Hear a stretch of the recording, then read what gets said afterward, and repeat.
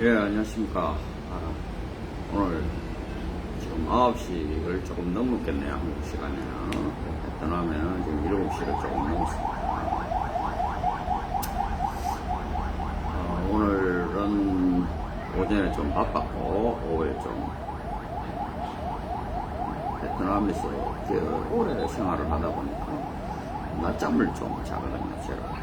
그래서 낮잠 한숨 자고, 지금 이제 저녁 식사 전입니다. 방송이 끝나고 간단하게 맥주 한잔 하면서 저녁 먹고 그리고 이제 오늘 일정을 마무리하려고 합니다. 오늘 제가 드리고 싶은 말씀은 저번에 제가 첫 번째 국제결혼을 할 때 일단 서류를 준비하시고 확인을 하시라고요. 두 번째는 이제 업체에 대해서 제가 설명을 나름 드렸고요. 뭐 이제 업체는 뭐 한국에 있는 업체를 선택하실 수도 있고, 현지에 있는 에이전시를 선택하실 수도 있고, 또 뭐 개인적인 소개도 할 수 있고, 또 뭐 베트남에 있는 현지 마담을 바로 선택하실 수도 있습니다. 그거는 각자의 뭐 취향과 또 뭐 능력에 따라서 본인이 원하시는 바를 선택을 하시면 되고, 그 다음에 중요한 게 이제 어떤 여성을 선택할 것인가, 이게 어떻게 보면 제일 중요하죠. 어떤 여성을 선택하실까가 제일 중요한데, 이거는 어떻게 보면 가장 명확하게 정답이 있습니다. 그 정답은 뭐냐? 저는 26년간 이 일을 하면서 이렇게 보면, 뭐 이거에 제 스스로의 뭐 그건지는 모르겠지만, 제가 생각하는 정답은 이런 겁니다. 자신한테 가장 잘 맞는 여성을 선택하면 돼요.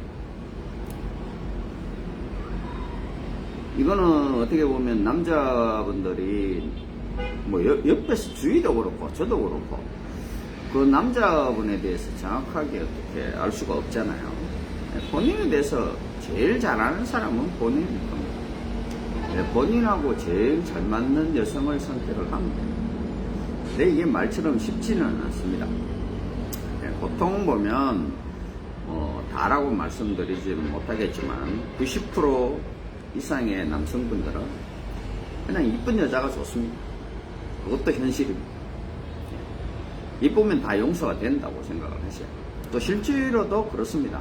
뭐 베트남 현지에서 제가 이렇게 보면 대부분의 한국 남성들이 뭐 말은 뭐 자기하고 나이 차이도 별로 안 나고 뭐 좀 착하고 이런 여성을 찾고 있지만, 실제로 그 바닥은 이쁜 건 기본으로 깔려야 되는 겁니다. 근데 이쁜 게 기본이 될 수는 없는 거죠. 또 이쁜 여자들은 또 잘생긴 남자를 찾고 똑같습니다. 뭐 그게 한국 여자든 뭐 베트남 여자든 할 거 없이 뭐 착한 남자, 뭐 착한지 안 착한지 어떻게 합니까? 얼굴만 보고. 뭐 기본은 예모가 돼야 돼요. 저는 그렇게 생각합니다.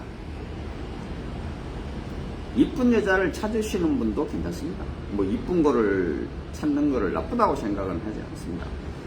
하지만 그게 본인한테 어울리냐는 게 더 중요한 문제죠. 즉 무슨 말이냐? 이쁜 여자를 찾아서 결혼을 했어요. 그럼 나머지 이제 결혼 생활 유지를 해야 될 거 아니에요. 그거를 자기하고 잘 맞는 여자라야 유지가 되는 거지. 이쁘다고 한국에 와서 결혼 생활이 잘 되는 건 아니지 않습니까? 그건 아니라는 거죠. 그래서 이제 그런 거는 기본적으로 이제 뭐 다 원하시니까 이쁜 여자라는 거는 말씀을 드리고, 그럼 그 이쁜 여자 말고 자기하고 어떻게 좀 잘 어울리는 찾을 것인가, 이 말씀을 드리고 싶어요. 보통의 회사들은 이렇게 보면 뭐 자기가 프로필을 올리거나 또 아니면 프로필을 전달하면 자기한테 맞는 여성들을 아마 회사에서 추천하는 경우가 아마 한 70~80% 정도 될 겁니다. 그렇지 않으면 뭐 또 어떤 회사들은 뭐 회사에서 제공하는 프로필이 있으면 그 프로필을 보고 본인이 선택을 하겠죠. 거기까지는 뭐 일반적인 어떤 방식이니까 문제가 전혀 없습니다. 근데 그 다음이 문제가 돼요. 즉 무슨 말이냐? 100%의 좋은 거는, 서로 좋은 거는 서로 좋아하면 가장 좋습니다. 아, 내가 이 여자 마음에 드는데 그러면 그 여자분도 이 남자분 마음에 든다 이러면 그것만큼 찰떡이 없습니다. 그거는 뭐 100% 진행하셔도 돼요. 그렇게 하셔도 또 중간에 마음에 안 들면 또 그리고 이 여자가 뭐 아닌 것 같다 싶으면 바꿀 수 있는 어떤 그런 이제 변경할 수 있는 그런 지점들이 있어야 되겠죠. 근데 대부분 보면 남자분들이 100% 마음에 들어서 내가 이 여자가 좋아서 선택을 했는데 여자분들이 아니다, 노다라고 하면 안 하시는 게 좋습니다. 제 말씀은 이게 말의 그 핵심입니다. 가끔 가다 보면 남자분들이 자기가 마음에 드는 여성, 그러니까 이쁘고 뭐 대부분 이제 저하고 이렇게 상담을 하시는 분들이 보면 요즘 뭐 이제 30대 분들이 있습니다. 없다고는 말을 못하겠죠. 하지만 그런 분들은 10%도 안 되죠. 예. 그런 분들은 제외하고 보통 한 40대 중후반에서 50대 초반인 남성분들이 이제 국제 결혼을 하는 분의 50% 이상을 차지하거든요. 그 중에서도 뭐 재혼자도 있을 것이고 초혼자도 있을 것이고 또 이렇게 합니다. 근데 이게 이제 잘 언밸런스가 일어나요. 50대 신랑분들이 원하시는 분들을 이제 신부들을 얘기를 들어보면 거의 한 20대 후반이나 30대 초반에 이제 뭐 초혼자나 그렇지 않으면 또 이제 뭐 재혼자라도 아기가 없는 이제 그런 여성을 이제 원하거든요. 그러면서도 아까 말했다시피 기본적으로 이제 이쁜 여자가 찾는 거죠. 그러면서 이제 남자분들이 착각을 하시는 게 이제 베트남은 그 결혼 연령이 굉장히 낮습니다. 보통 아직까지도 베트남에서 20대 초반이면 거의 결혼을 합니다. 물론 뭐 최근에 보면 이제 뭐 이렇게 결혼이 늦으시는 분도 있죠. 하지만 그런 분들은 아주 극소수입니다. 그리고 또 이게요, 그런 분들이 이제 한국 남자의 마음에 들 정도의 미모의 여성이면요, 어떤 문제가 있냐면 눈이 되게 높아요. 예, 나이가 한 20대 후반, 30대 초반인데 여자가 상당히 미인이에요. 그러면요, 그냥 한국 여성하고 눈높이가 비슷합니다. 그런 분들은 또 50대 재혼 남성 안 원하거든요. 50대라도 초혼 남성을 원하죠. 또 그리고 뭐 경제적인 능력도 되고. 이런 언밸런스가 벌어지는 거예요. 그러면은 또 이제 신랑들이 이런 생각을 합니다. 20대 초반에 베트남 여성들이 결혼을 하기 때문에 20대 중반이나 30대로 넘어가면 좀 뭐 눈이 좀 많이 낮을 거 아니냐. 이제 초반에 결혼을 못했으니까 이렇게 생각을 하시고 접근을 하시는 분이 있습니다. 근데 여성분들은 그렇게 생각 안 합니다. 여성분들은 이왕 늦었는데 뭐 20 초반에야 뭐 그냥 남자 보고 자기가 또 사랑하든 어쨌든 그렇게 해서 가는 거지만 20대 후반 넘고 30대 초반이면 이제 그 어느 정도 이제 사회생활도 했잖아요. 근데 왜 굳이 자기가 그 나이 돼서 자기 눈을 낮춰서 안 가죠? 이제 이런 문제들이십니다. 또 이제 차라리 그러면 제가 이렇게 보면 50대 초반에서 20대 초반의 여성들하고 매칭이 되는 경우도 꽤 있어요. 근데 이렇게 되면요, 문제가 발생하는 게 뭐냐? 결혼한 이유죠.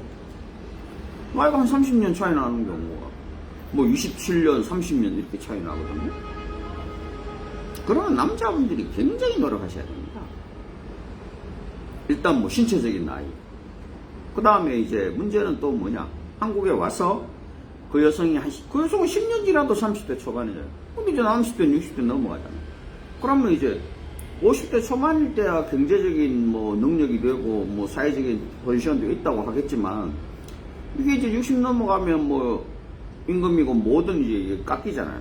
근데 이 여자는 이제 한 10년 지나면 이제 거기에 대해서 한국에서도 10년 정도 지났으니까 이제 이게 올라가잖아요. 그럼 이게 안 맞는 거예요. 그럼 이걸 어떻게 맞추느냐, 이런 이제 문제들이 발생이 되는 거예요. 그래서 이럴 경우에 저는 뭐 남자분들이 나중에 뭐 한국에 와서 적응했으면 잘해주면 되는데 이거보다는 실제로 초창기에 잘해주시는 게 좋아요. 그러면 이제 여자분들 입장에서는 초창기에 잘해준 남자를 배신하기는 쉽지 않으니까 이렇게 되는 거예요. 그래서 제일 좋은 거는 남자분이 마음에 들고 또 그 여자분도 남자분이 마음에 든다고 하면 제일 좋은 케이스입니다. 이거는 뭐 어떻게 보면 남자분들이 무조건 하셔야 돼요. 근데 이렇게 되는 케이스가 10%도 안 됩니다. 제가 보면 10%도 안 돼요. 얼마 전에도 저한테 이제 뭐 50대의 재혼남이 이제 저한테 프로필을 보냈지만 본인이 원하시는 분하고는 안 됐어요. 네. 그분이 또 다른 분을 먼저 만나셔가지고 안 됐는데, 그래서 회사에서 한 네 분인가를 제가 추천을 했어요. 근데 그 대부분 이제 그래 된 문제가 뭐냐? 또 이제 그거는 그 여자분들은 또 이제 남자가 마음에 안 들거든요. 그래서 뭐 알았습니다. 그냥 마음에 드시는 분 찾아보십시오라고 얘기를 했지만, 실제로 이제 그분이 선택하신 여자분을 봤을 때는 아마 그 여자분이 다른 남자분을 안 만나셨어도 아마 그 남자분은 오케이를 하지 않았을 겁니다. 그만큼 여자분이 괜찮았어요. 이런 문제들이 발생한다는 거죠. 그리고 제가 아까 말했다시피 회사에서 보통 이 남자분 어때요? 하고 이제 그걸 하면 뭐 그 네 사람이라고 해서 그 네 사람을 제가 마음대로 보내는 게 아니잖아요. 그러면 이제 그 여자분의 의사라든가 이런 걸 물어보면 최소한 한 5배수, 그러니까 네 사람이 추천받았다 그러면 한 20명 이상한테 제가 그 다른 여성분한테 그 프로필을 주는 거예요. 그 비슷한 조건에 있는 여성분들한테. 그럼 거기서 이제 동의하시는 분들이 이제 제가 프로필을 전달하는 거고. 제가 왜 이런 말씀을 드리냐면, 두 분이서 서로 좋아서 하면은 100점이라고 하면, 그 다음에 거는 뭐냐? 남자분이 좋고 여자분이 싫다고 하는 건 이거는 안 좋다는 거예요. 그 다음에 좋은 방식이 뭐냐? 차라리 남자분은 잘 모르겠지만 여성분이 남자분을 좋다고 하면 그게 한 80점이 된다는 거예요. 남자분이 좋아하는데 여자분은 별로다. 그런데 이게 진행한다. 이러면 이거는 40점도 안 돼요. 점수가. 그만큼 잘 되고 또 나중에 결혼을 유지하는 어려움이 있다는 겁니다. 물론 뭐 현실적으로 업체 입장에서는 아무나 빨리 저거 했으면 좋겠죠. 그래서 예전에 이제 하던 분들이 그냥 와서 직접 고르시라. 왜냐하면 이제 우리도 그렇잖아요. 이제 뭐 여자를 차에 비유하는 이제 그런 남자분들도 많으신데 저도 그렇게 비유를 하거든요. 차가 내가 마음에 어떤 이제 결정한 차가 있어요. 나는 이 차를 사야 되겠다. 이런 생각해서 중고 매장을 가든 이제 매장을 가면 그 차밖에 안 보이잖아요. 근데 그 차가 내하고 경제적으로나 여러 가지가 안 맞아요. 그러면 이제 뭐 딜러들이 뭐 그 비슷하게 뭐 이 차는 어떻습니까? 이 차는 어떻습니까? 이 차는 어떻습니까? 라고 소개를 할 때 그 차가 썩 눈에 들어오지 않습니다. 그때부터 이제 고민은 되겠죠. 남자분들. 근데 가장 우리가 왜 중고차 상사나 이런 데 가서 하면은 왜 좋은지 아세요? 그걸 이제 뭐 차가 직접 있는 경우도 있지만 또 사진만 보여주면 사실 사진 보고 판단하는 게 쉽지 않지 않습니까? 그걸 뭐 스펙을 얘기를 들어도 그럼 이제 뭐 차가 한 50대 100대가 쫙 깔려있다 이러면은 뭐 색상도 보고 성능도 보고 가격도 보고 이러고 이제 선택을 하는 거죠. 그래서 이제 예전에부터도 이제 남자분들이 오면 베트남에 오면 뭐 당시에는 뭐 한 100명 이상을 봤으니까 그렇게 볼 수 있으면 어떻게 보면 그 방법이 나쁜 방법은 아니에요. 근데 이제 문제는 뭐냐 하면 지금은 이제 그렇게 못 보거든요. 지금은 거기에 10분의 1도 보기가 쉽지 않습니다. 많이 봐야 뭐 10명에서 20명이에요. 그럼 이제 그 10명에서 20명이라는 게 그게 이제 우리가 보통 이렇거든요. 100명을 보면 10%만 괜찮은 사람을 골라도 10명이잖아요. 그럼 그 괜찮은 사람 중에 10명 중에 1명을 선택을 하는 거잖아요. 남자들 입장에서. 근데 그게 아니라 10명이 있으면 1명을 선택하기가 만만치 않다는 거예요. 그래서 이게 지금은 그런 방식으로 봤을 때는 현장에서 보고 현장에서 하기에는 너무 이제 남자분들 입장에는 리스크가 커요. 그리고 이제 그렇게 선택했을 때 한국에 이제 돌아갔을 때 그 이제 뭐 후회라든가 이런 것들이 이제 뒷감당이 안 되는 거죠. 그래서 지금 이제 하시는 방법이 좋은데, 제일 1번이 두 분이 서로 마음에 드시는 거죠. 근데 그런 경우는 열에 한 건 정도밖에 안 된다는 거예요. 그래서 그런 게 있을 때는 또 희한한 게 남자들은요. 그래서 이 여자가 마음에 들어요. 그럼 이제, 그럼 그 여자도 마음에 듭니다. 이러면, 좋습니다가 아니라, 그때부터 또 고민이 되는 거예요. 그러면 이 여자가 나를 괜찮다고 하면, 요거보다 조금 더 나은 여자는 내가 안 되나? 이제 이렇게 생각을 한다는 거죠. 그렇게 해서 또 그게 또, 잘 안 되는 경우도 꽤 있어요. 제가 신랑들 보고 그런 얘기 하거든요. 딱 한 명을 선택해서, 나 이 여자가 좋습니다. 이렇게 해서 오시는 분도 계세요. 근데 이거는 정답은 없어요. 그게 좋은지. 저는 이제 보통 보면 한 3명 정도를 미리 이제 선택을 하라 그래요. 그럼 그 중에서 이제 뭐 자기하고 맞는지 안 맞는지. 왜 그러냐면 그렇잖아요.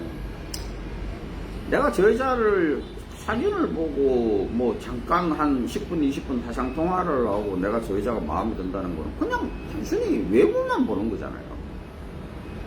근데 이제 그렇게 하다가 카톡으로 교제를 하다 보면 지난번에도 말씀드렸다시피 그 여자가 나를 어떻게 생각하는지 또 뭐 이게 대답은 빠른지 또 어떤 여자분들은 화상 통화를 안 하려고 그래요. 뭐 그런 여러 가지 이유도 있죠. 안 하려는 것도 이유는 있습니다. 근데 뭐 그런 거지만 그런 거를 쭉 겪어서도 이건 내하고 맞다. 이제 이런 분이 생겨야 되는 거잖아요.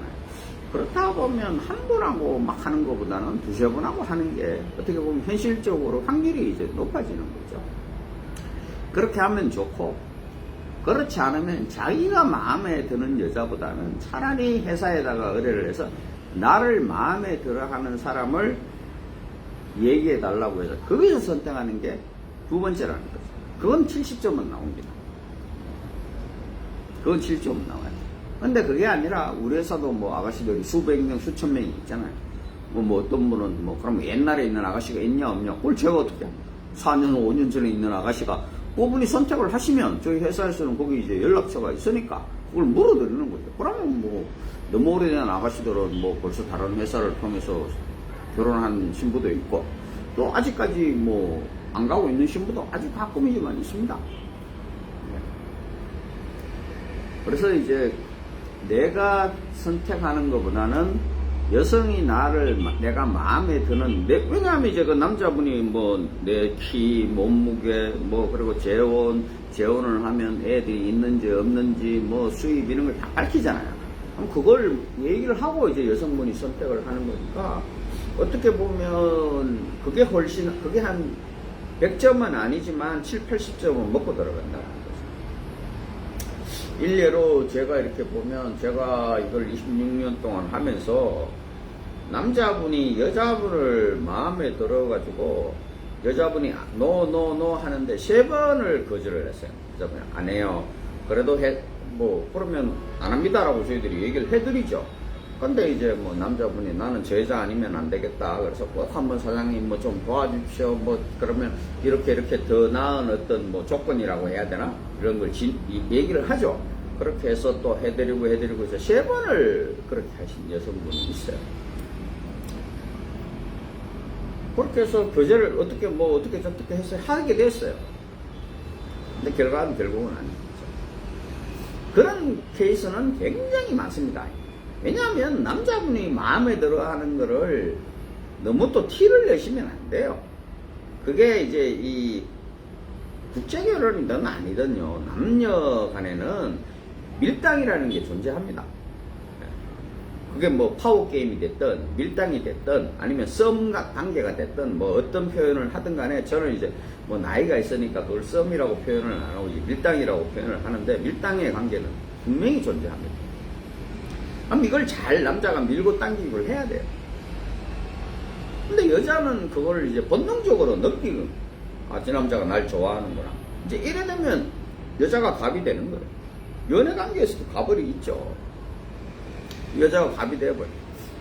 결혼 생활에서도 마찬가지예요. 그걸 잘 남자분이 컨트롤 할 수 있어야 결혼 생활도 잘 유지가 되고, 또 이제 자기가 뭐 이런 얘기하면 자기 그 수준에 보다 높은 신부를 선택했을 때, 그게 뭐 경제적이든 또 아니면 뭐 인물적이든 뭐 경제적은 우리나라하고 베트남 여자하고 결혼할 때 그렇지는 않겠죠. 했을 때 그게 유지가 되는데, 그걸 못하면요, 결국은 여자가 눈치를 채요. 아니, 남자가 날 좋아하는구나. 그러면 어떻게 됩니까? 여자가 갑이 되죠. 그럼 남자는 계속 끌려다니는 거예요. 그렇게 해서 뭐 그렇게라서 해서라도 뭐 나는 이 여자하고 사는 게 좋고, 나는 평생, 가끔가다 그런 분들이 계시거든요. 뭐 나는 이 여자하고 살아보고, 뭐 이혼을 하든 마든 살아보고 나서 나는 하고 싶다, 그게 목적이다, 이렇게 얘기하시는 분들이 계셔요. 그러면 결국은 제가 이렇게 봤을 때는 좋지 못한 결과로 간다는 거죠. 근데 그게 아니라 그런 거를 또 잘 하시는 분이 계셔요. 남자분이 나이도 많고 이러시는데 아주 잘 하세요. 근데 대부분 이제 그런 분들을 보면은요, 실제로 초혼자보다는 재혼자들이 그런 걸 잘합니다. 한국에서 50 가까이 돼서 초혼자는요, 이런 얘기 드리면 어떻게 생각할지 모르지만 남녀 관계가 서툴러요. 여자분한테 잘하고 그런 걸 잘했으면 뭐 젊었을 때 한국 여자분하고 결혼을 했겠죠. 근데 그렇게 뭐 그런 걸 잘 하시는 분이 국제 결혼을 물론 뭐 이제 하실 수도 있겠죠. 하지만 대부분 그런 분들은 이제 보면 한국 분하고 좋은 생활을 하다가 좀 지내고 이제 이혼을 하고 재혼을 하시는 분들이 많아요. 그리고 또 재혼을 하시는 분들의 장점은 뭐냐면 어쨌든 간에 한번 실패를 해봤잖아요. 실패를 해보니까 아, 이제 이렇게 하면은 또 실패하겠다는 이제 이런 걸 아는 게 많은 거죠. 물론 뭐 그래도 뭐 나는 내 갈 길을 간다는 분도 계십니다. 뭐 근데 그건 뭐 각자의 선택이니까 뭘 하시는 거고. 그래서 그런 이제 밀당을 잘 하셔야 돼요. 그렇지 않으면 어떻게 되냐? 그렇지 않으려면 30대에 오시면 요즘 뭐 32, 3살 뭐 막 제가 20대까지도 결혼을 시켜봤거든요. 그런 사람들은요 잘 삽니다. 둘이 찢고 뽑고 싸우면서도 잘 살아요. 왜냐면 그건 여자 쪽에 있어도요 알거든요. 이렇게 젊은 남자는 잘 없다는 걸 알아요. 그리고 한국에 뭐 30대라고 하면 뭐 나이가 어리다고 하겠지만 그래도 어느 정도 이제 경제적인 능력이 되고 또 그리고 한국은 좋은 게 이제 그 30대 그러면 부모들이 한 50대 후반 60대면 좀 어느 정도 이제 경제적인 뒷받침을 또 해주잖아요. 그러다 보니까 여자들 입장에서는 괜찮아요. 그리고 이제 젊은 사람들 특징이 자기가 이제 그 아직까지 경제적인 활동이 잘 안 되다 보니까 여성분이 오면은 경제 활동을 하는 거에 대해서 별로 그렇게 거부감이 없어요. 또 그리고 요즘 젊은 친구들의 장점이 집안일 이런 것도 뭐 서로 이제 잘 나눠서 하고 그러더라고요. 그래서 1년에 제가 그랬잖아요. 1년에 우리가 10%도 채 사고가 안 나는데 뭐 그게 이제 사람이니까 뭐 그렇지만 보통 보면 제가 보면 한 7% 정도 사고율을 잡고 있거든요. 7% 정도 사고인데요. 30대 사고는 없어요. 그건 지금 최근에 코로나 전까지 해서도 30대 결혼해서 사고 나신 분은 없어요. 그럼 그 사고라는 게 대부분 이제 보면 50대 중후반이 사고율이 최고 높거든요. 40대 초반도 사고율이 잘 없어요. 40대 후반, 50대 후반 여기까지가 이제 사고 생기는 거에 거의 이제 뭐. 그리고 이제 어떤 분이 그러시더라고요. 국제 결혼에서 가장 중요한 게 뭐냐? 뭐 어떤 분은 나이 뭐 이러는데 나이도 중요하죠. 중요하지 않은 게 아닙니다. 안 중요한 게 어디 있겠습니까? 그렇지만 저는 1번으로 치고 싶은 거는 경제적인. 왜냐하면 대부분의 베트남 여성은 경제적인 이유 때문에 한국으로 가는 거거든요. 다른 이유 때문에 갈 게 뭐가 있어요? 뭐 어떤 남성분들이 그러시더라고요. 아유, 베트남 여자는 한국 남자를 좋아하고 한국 문화를 좋아하고 무슨 소리 하는 건지 저는 뭐 그냥 당연히 젊은 남자가 좋죠. 그리고 한국 문화보다 베트남 문화가 좋죠. 자기들이 여기 사는 데인데. 근데 쉽게 말해서 그런 거는 상대적인 거잖아요. 베트남은 최고지만 자기가 베트남에 살아봐야 아무 그게 없으니까. 그러면 뭐 대만이나 일본이나 중국이나 뭐 여기서 요즘 이제 뭐 말레이시아 뭐 쿠웨이트 별 희한한 데로 다 국제결혼해서 가거든요. 이런 데보다는 한국이 낫다는 거지. 그게 베트남보다 한국이 낫은 게 아니죠. 그리고 아니 그렇잖아요. 이제 20대 21~2살 아가씨가 31살도 10년 차이 나잖아요. 그럼 우리나라에서 10년 차이면 엄청난 비난을 주위에서 받잖아요. 도둑놈이라고. 근데 국제결혼은 10년 차이면 진짜 성공하는 거죠. 그게 아니라 보통 20년, 25년, 심하면 30년을 차이가 나는데 그 늙은 남자가 좋다고요? 그걸 그렇게 받아들이시면 안 돼요. 그거는 말도 안 되는 얘기죠. 아니 입장 바꿔 생각해보세요. 본인이 지금 이제 결혼을 해서 딸이 있어요. 그럼 그 딸이 자기 또래 30년이면 아버지 또래잖아요. 어떻게 보면 아버지보다 더 많을 수도 있고. 그런 남자하고 결혼한다 했을 때 본인들은 그게 쉽게 허락이 되고 아우 네가 좋아하는 사람이니까 뭐 나는 아무 문제 없다 이렇게 나오실 분이 과연 있을까요? 안 그렇다는 거예요. 그런 말로 주위에 있는 사람들을 현혹하는 사람 말은 들으시면 안 됩니다. 또 지난번에도 제가 말했다시피 어떤 분은 그러십니다. 뭐 한 5년 정도 차이 나는 여성을 좀 하고 싶습니다. 이렇게 말씀하시는 분들 아주 많습니다. 근데 그거 안 돼요. 왜냐? 그런 분이 30대 초중반이면 가능하죠. 근데 그분이 40대, 50대예요. 그러면요, 35살에, 우리 거기 제가 한 2,000명을 모았는데 보면 지금 1982년생 이러신 분도 있어요. 못 가잖아요. 아까도 말했다시피 거기에서 기본으로 1982년생인데 1980년생인데 이쁜 여자를 찾는다니까요. 거기다 대고 또 애기도 없어야 돼요. 그럼 그게 가능하냐고요, 그게. 1982년생, 80년생이면 이제 뭐 나이 40이 넘었는데 애기가 없어. 예? 전 그것도 좀 이해가 안 되는 게 40이 넘은 사람하고 결혼을 하시면서 그 여성분이 뭐 노산이라고 해도 노산인데 그 사이에서 자식을 원하시는 건 아니잖아요. 근데 그게 그 여성이 자식이 있든 없든 그게 무슨 크게 상관이 있습니까?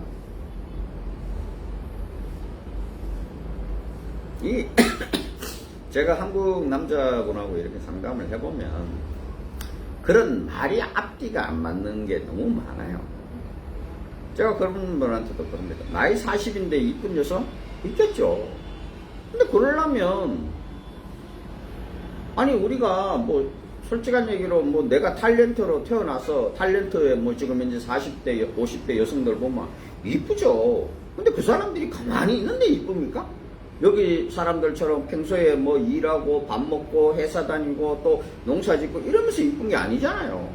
그 사람들은 그렇게 관리를 하잖아요. 꾸미고. 근데 40대 여성이 관리하고 꾸미고 할 정도면 죄송한데 왜 한국으로 시집가요? 그냥 여기 베트남에서 살지. 자기 자식하고 베트남에서 사는 게 낫죠. 또 아니면 그냥 베트남에서 자기 또래하고 비슷한 사람하고 만나서 뭐 제2의 인생을 살든지 아니면 뭐 그냥 여기서도 결혼 안 하고 이제 그런 나이 들면 결혼 안 하고 그냥 이렇게 뭐 좀 뭐라고 그러죠?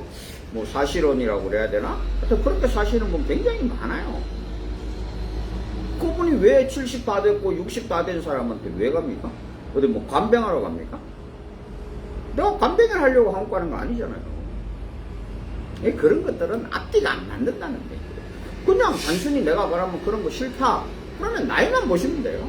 나이만 보시면 소개할 사람 많죠. 근데 나이도 맞아야 되고 또 거기서 그 다음에 인물도 이뻐야 되고 근데 또 거기다가 더 중요한 건 뭐냐? 애기가 없어요. 안 맞다는 거예요. 그리고 애기 문제에 대해서 한국 남자분들이 이제 제가 지난번에 말했듯이 한국 남자분들이 유달리 그런 이제 결혼을 했느냐, 뭐 재혼이냐, 아니면 뭐 미혼모냐. 저 이제 회사 같은 경우는 미혼모도 모두 다 표기를 하잖아요. 근데 이제 애기 있으면은 잘 안 하려고 그러는 건 사실이에요. 제가 애기 있는 여성분들을 이렇게 보면 아주 뛰어난 분들이 계세요, 어머님들이.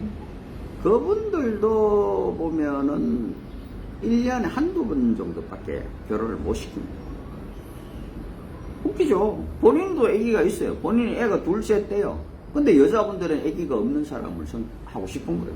물론 뭐, 자기가 대단한 뭐 자산가라 가지고 이게 이제 유산 문제가 이제 그게 되고 뭐 그러려면 최소한 그래도 한 50대, 100대 자산가는 돼야 되겠죠. 그렇다면 또 이해를 합니다. 근데 그건 또 그 나름대로의 또 방법들이 있으니까 그게 아니라 그냥 일반적인 소민적인 삶을 사는데 자기는 애가 둘인데 애기가 없는 여자를 하려고 그래요. 그러다 보니까 제가 저번에 말씀드렸듯이 마담들이 거짓말을 하게 되는 거예요. 신부들이 거짓말하지 않습니다. 제가 이렇게 물어보면 신부들은 뭐 그거를 처음부터 거짓말을 해서 속여서 이 남자한테 결혼하겠다고 하는 신부는 없어요. 대부분 마담들이나 통역들이 중간에서 거짓말을 하죠. 거짓말을 한다기보다 말을 안 하겠죠. 그게 정답이겠죠. 왜냐? 선택을 안 하니까. 여기 선택을 하고 나면 나중에 이제 신부한테 얘기하겠죠. 야, 네가 얘기하지 마라. 그냥 한국 가서 알게 되면 또 어떡하겠냐. 뭐 이런 식으로 이제 그렇게 돼버리는 거예요. 왜냐? 선택을 안 하니까. 근데요, 이거를 제가 왜 이 말씀을 드리냐면 50대 중반의 남성이 자기가 자녀가 있어요. 근데 여성은 뭐 30대를 선택을 해가지고 했는데 아기가 없는 여성을 선택을 원해요. 그럼 이게 어떤 문제가 발생이 되냐? 생각해 봅시다. 그 여성 입장에서는 자기 애가 없잖아요.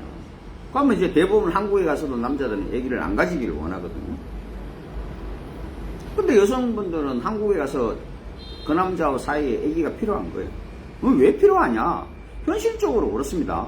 자, 보통 여자들이 한 20년 정도를 더 오래 살잖아요. 남자들보다. 10년, 20년 정도가.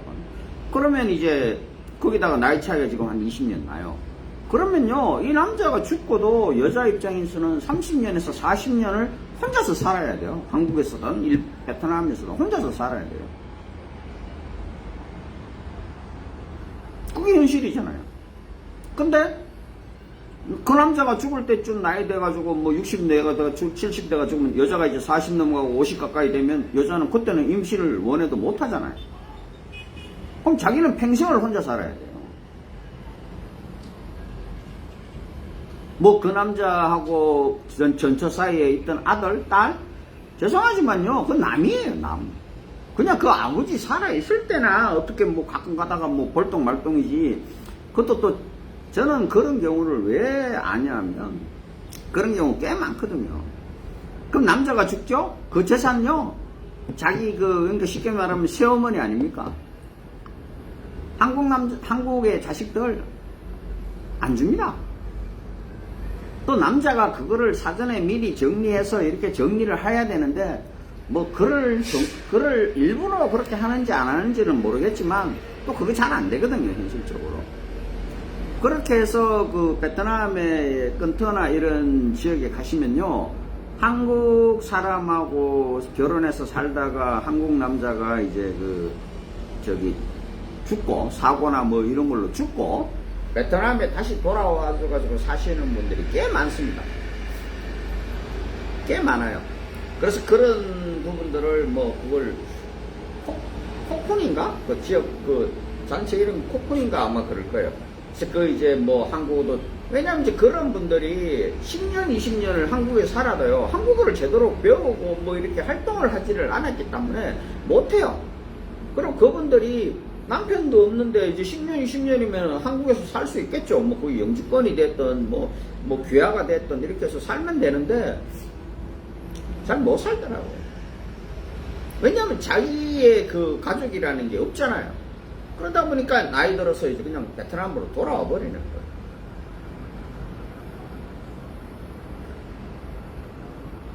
또 뭐 제가 이제 많은 오래 일을 하다 보면 이제 그런 케이스를 이제 있는데, 그 남자분이 그 여자분하고 괜찮았는데 그 사고로 돌아가셨어요. 예.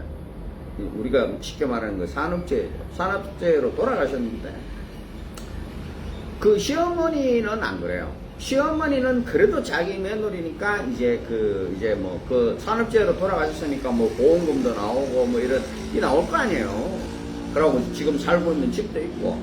그래서 그 시어머니는 그 며느리가 어떻게 하든 간에 한국에서 이제 저한테 그러니까 이제 하시더라고. 좋은 사람이 있으면 한국에서 재혼을 하는 것도 허락하고, 그리고 거기 잘 살 수 있도록 도와주고 싶은데 못 그랬어요, 결국. 그 이제 며느리 결국은 베트남으로 돌아오는데 돈 3천만 원 받고 돌아갔어요. 왜 그렇게 되냐? 그 형제들이 가만 안 놔두더라고요. 형제들이. 자기 오빠나 자기 동생이 죽고 그 받은 그 이제 보상금 있잖아요. 그걸 그 며느리한테 가는 게 당연하잖아요, 어떻게 보면. 근데 그게 이제 만약에 자녀가 있었으면 당연히 이제 갔겠죠. 근데 없으니까 못 가는 거예요. 그러고 뭐 이제 며느리가 뭐 한국에 대해서 법을 알겠습니까? 뭐 쉽게 말하면 뭐 산재가 뭔지 뭐 자기가 어떻게 될지 모르잖아요. 그냥 형제들 뭐 도장 찍어라, 사인해라 이렇게 하면 그냥 하는 거예요. 이게 결국은 돈 3천만 원인가 받고 베트남으로 돌아갔다. 그렇게 되는 거예요. 근데 그런저런 생각 안 하잖아요. 사람이요, 결국은 다 자기 이기적으로 살거든요. 저는 이런 말들을 합니다. 최소한의 남자가 세상을 살면서 이렇게 내 새끼고 또 내 가정이고, 뭐 그게 나이 차이가 얼마가 났든 내가 죽으면 내가 죽으면 그 여자가 어떻게 살든 그게 무슨 상관이 있어요. 내가 죽었는데. 내가 죽더라도 그나마 살 수 있도록 해주고 하는 게 정상적인 거잖아요.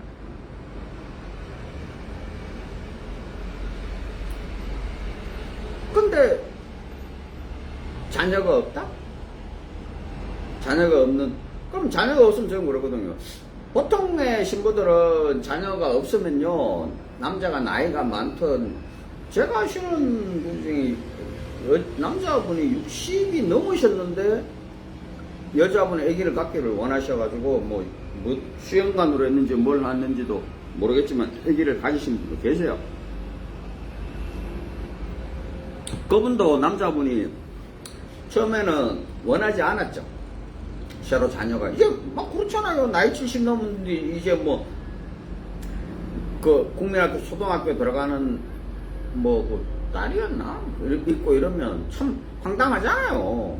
그 자기도 또 체력적으로 지금 이제 나이가 들면 저도 그나마 이제 34살인가? 뭐 3살에 결혼을 해가 그나마 애 태어났을 때 그놈 이제 뭐 이렇게 어르고 달래고 뭐 하고 있었지만, 지금 만약에 애 태어난다 해서 그렇게 하지도 못해요. 안아주지도 못하죠. 근데 그렇게 못한다 그래도 이제 여자분이 내가 다 키운다 이렇게 해서 이제 그냥 아기를 가진 거지만, 내가 그 여자분 입장이라면 이해가 되는 거예요.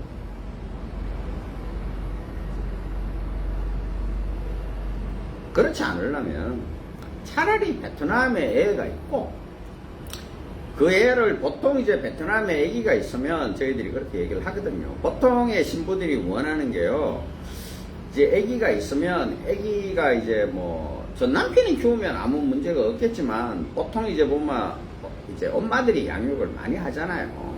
그러면 이제 자기가 가면, 한국에 가면 여기 있는 이제 장인 장모나 아니면, 왜냐면 베트남은 애를 이제 같이 키우는 게 많거든요. 이제 보면 이제 이모, 외삼촌 이런 사람들이 멀리 떨어져 있는 경우도 있지만, 보통 보면 그 주변에 모여 살아요. 그러면 애 키우는 게 베트남 사람들은 좀 수월합니다. 진짜 우리 애들도 그랬으니까 이모들이 이렇게 매일 와가지고 우리 와이프 같은 경우에는 애 제대로 안 키웠어요. 또 이제 제가 이제 능력이 되니까 애 키워주는 사람이 있고, 또 이제 이모들이고 고모들이고 이모 할머니고 다 돌봐주니까.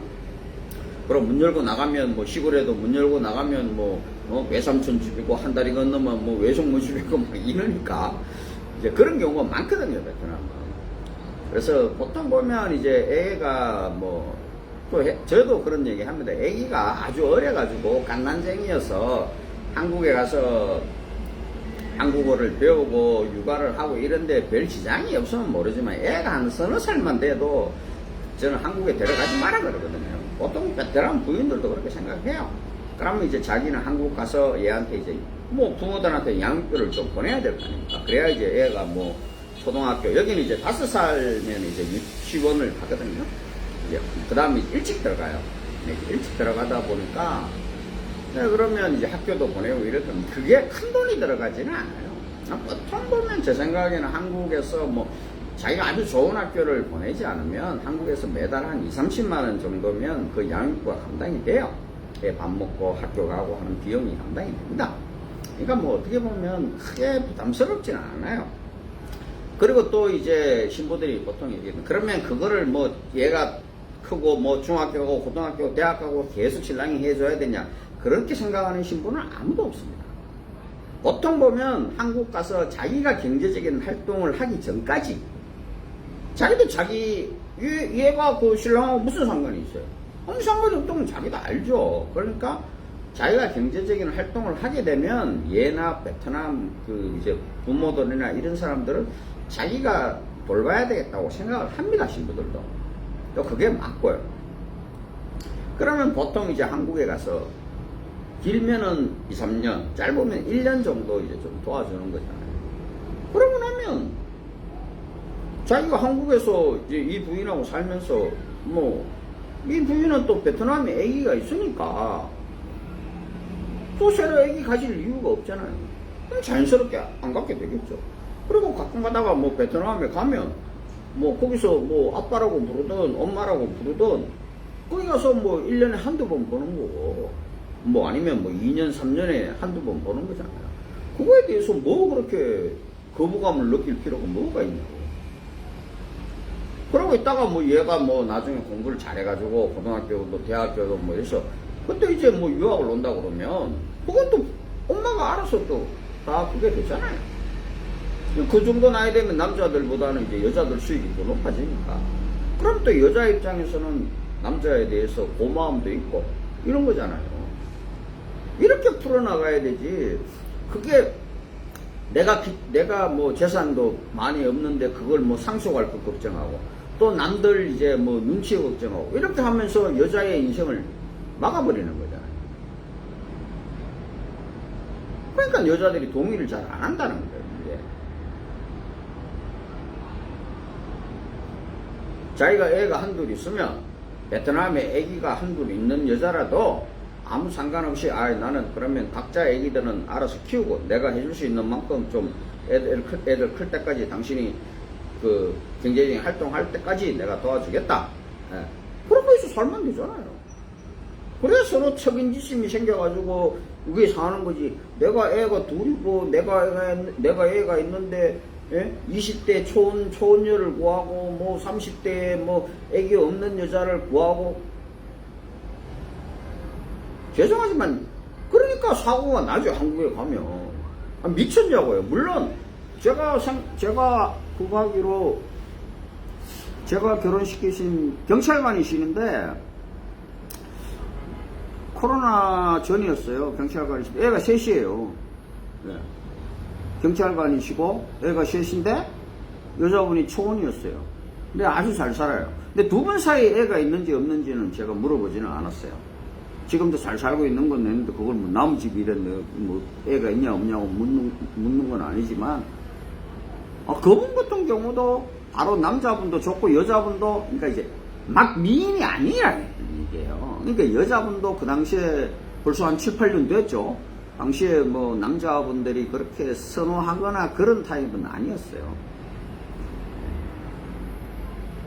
여자분이 이 남자 저 이제 남자분 조건을 쭉 이제 얘기했으니까 이 남자 괜찮습니다. 저희도 회사에서도 몇 번을 확인을 했죠. 너 괜찮겠냐? 생각 잘해야 된다. 네가 지금 초혼인데 이렇게 해도 여자분이 오케이를 해줬어요.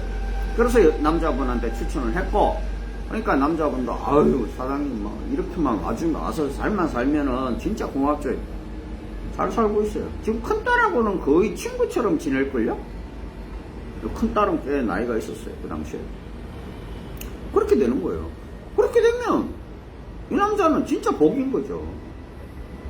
근데 만약에 그 남자분이 뭐 여자분이 뭐 인물이 좀 아니다, 좀 더 이쁜 여자, 좀 더 한국적인 여자, 이런 걸 원했으면 아무도 결혼 못 하는 거예요. 어떻게 하겠어요? 그거 누가 해요? 그렇게 해서 그런 남자분은 10명 중에 한두 명이라는 얘기예요. 그러니까 그게 복이 있는 거고, 그만큼. 물론 이제 뭐 나머지 이제 경제적인 부분은 괜찮았어요. 그 남자분도. 뭐 경찰 생활을 그렇게 오래, 지금은 아마 이제 정년퇴직할 때 다 됐을걸요. 저보다 한 서너 살 어렸는 걸로 제가 기억하는데. 당시에 연봉이 한 7, 8천 됐으니까요.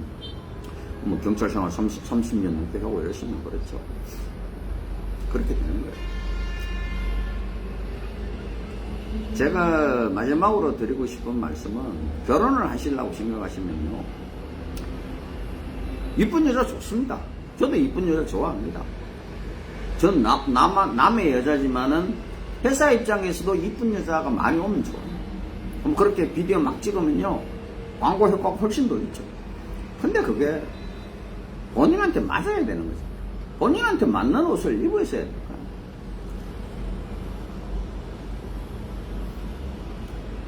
제가 이런 얘기 들으면 참 어떨지 모르지만, 최근도 아니죠. 한 몇 년, 한 2년, 3년쯤 됐나?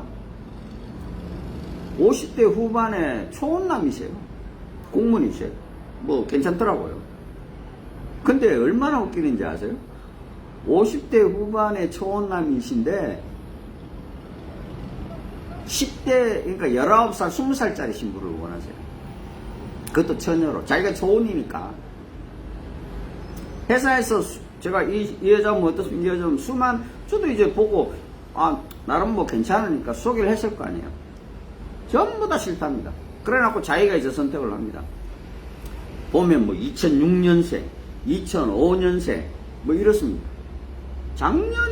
작년인가까지도 그분이 보내왔었어요. 그때 아마 2006년생인가. 그래요. 한 30년 차이 나죠. 30년 더 나나? 그렇게 되니까 여자분이 동의하겠냐고요. 뭐 동의하면 그 이상한 여자 아니에요?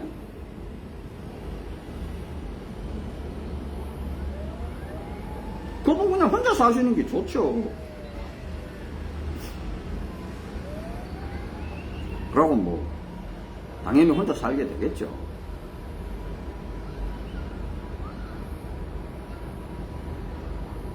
어떤 분들이 그러시잖아요. 베트남 국제를 내서 마누라가 도망갈까 싶어 걱정하고, 제가 결혼시킨 분도 뭐 제가 이 방송을 하면 이제 자꾸 보고 계시는데, 제가 결혼시킨 신랑분들, 저는 그런 얘기 합니다. 당신이 그만한 능력이 되면 선택하세요. 제가 37년까지인가 소개를 해봤어요.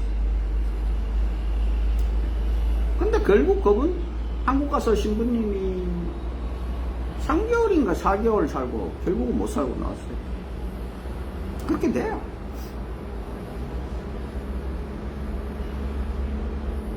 자기는 잘해준다고 잘해줬겠죠. 저하고 나이가 비슷하거든요. 잘해준다고 잘해줬겠죠.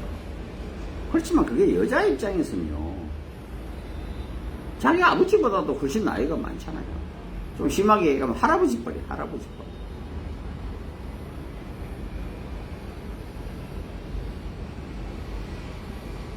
그게 결혼을 해서 들어가서 사고 났다고 해서 그게 회사 잘못이고 그게 신부 잘못인가요?